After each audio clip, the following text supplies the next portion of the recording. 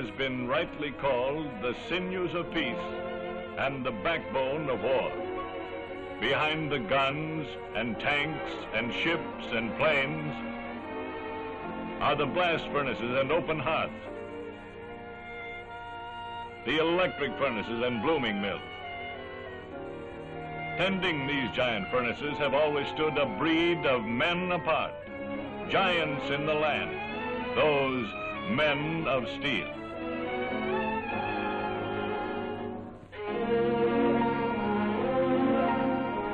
But with our country in peril, the women of America rallied to the support of their men. And here in this almost the last great industry we thought could be handled only by men, these mothers, wives, and sweethearts came to stand shoulder to shoulder with them in almost every capacity.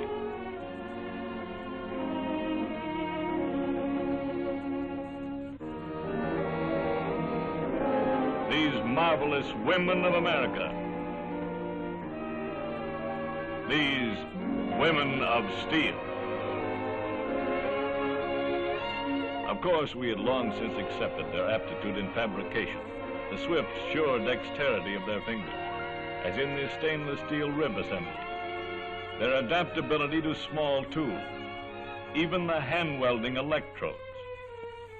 But as the need grew for more and more production of the basic metal itself, more loyal women with a dash of true American pluck and venturesomeness edged further and further into the real work of steelmaking. Some with a scientific bent went into metallurgical control and research labs. Girls fresh from chemical engineering schools, older women who had been technical librarians.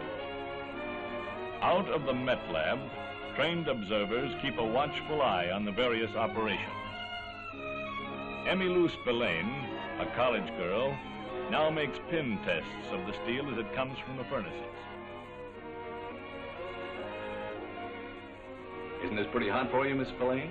Well, I hear it gets kind of hot around the kitchen stove, too. I never thought of that. Yes, and it gets pretty hot out there in the South Pacific. I see what you mean.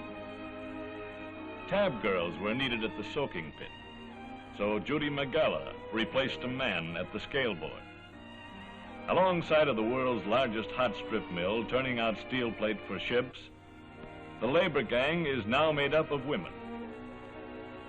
Here is Mrs. Varconi from Hungary, a great-grandmother. And the work isn't too hard for you? No, I used to work in a butcher's shop.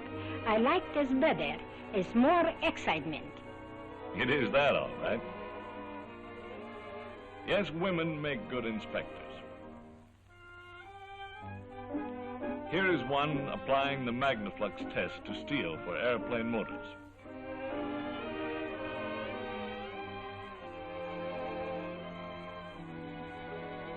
They make good drivers, too.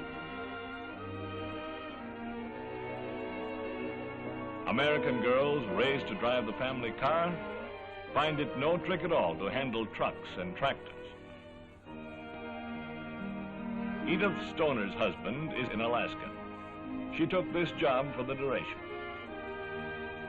How do you like your job, Mrs. Stoner? I love it. How about after the war? Are you going to keep on working? I should say not. When my husband comes back, I'm going to be busy at home. Good for you. They operate cranes, too. This is Edith's sister, Betty Martin. No job seems too difficult for them to tackle or too intricate. Mrs. Warner, at these crane controls, must lift this huge bloom into the furnace to be heated red hot, then carried across the shop to the forging press. It takes good judgment and a steady hand to manipulate it under the drop hammer, just the right amount and position each time. And Miss Evans here is very adept at this. Here, at the straight edge and pony platform, we find another kind of operator. Mary Dubash comes from a long line of steel workers. Her father, her uncle, and her grandfather before. So it was natural for her to come here and get into war work. And speaking of generations in the steel business, Fred Kaler was rightfully proud of his son following him in the machine shop. Then the war took the boy. Fred felt pretty badly about that, till his daughter Hetty said, "Let me take his place for the duration." And here she is, working side by side with her dad. Here is the office of the Supervisor of Women Employees. She can tell us more about them. If you will, Miss Campbell. Women in steel are simply the result of realistic thinking. In time of war, you have to have steel. Well, you also have to have people to make it. With the Army taking men by the thousands, more than 16,000 from our plant so far, we had to find people to replace them. A great untapped reserve was women. How many do you have? About half of the replacements are women, more than 8,000 of them. The rest are older men and young boys. And the women, are they doing all right? Beyond anything anyone ever dreamed of. They're doing something in almost every department in the plant. And I don't mean just clerks and checkers. We have women engineers and oilers in the boiler room. Women repair experts. Women work at the ore mines, above ground, along the unloading docks, and our private railroad tracks. Women carpenters. And women shipbuilders.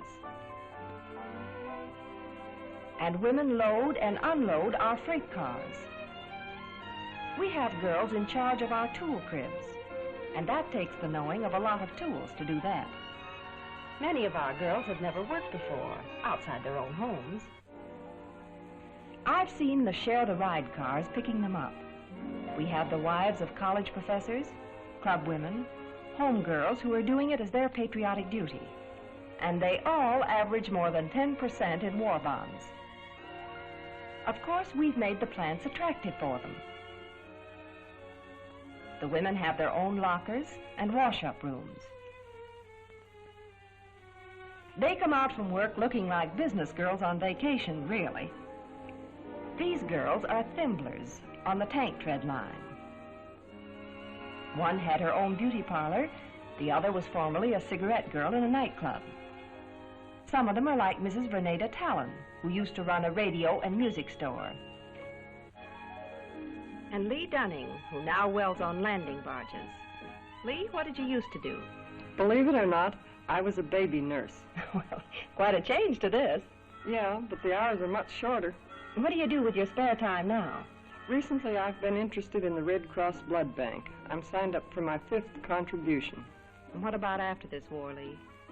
Well, this job belongs to some soldier, and when he comes back, he can have it. Oh, that's swell. And Rosita Moser, who clerked in one of the country's finest department stores. Now she's in our reclaiming department. Isn't this a funny place for you?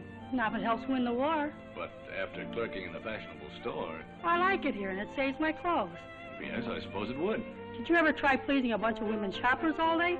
No, I never did. Well, here I just have to please the boss, and he's a man. And that gives you an idea of the spirit here. These women are working around the clock, around the calendar. They do a man's job, and they can draw a man's pay. And they're doing it safely. They're safer here than in their own homes.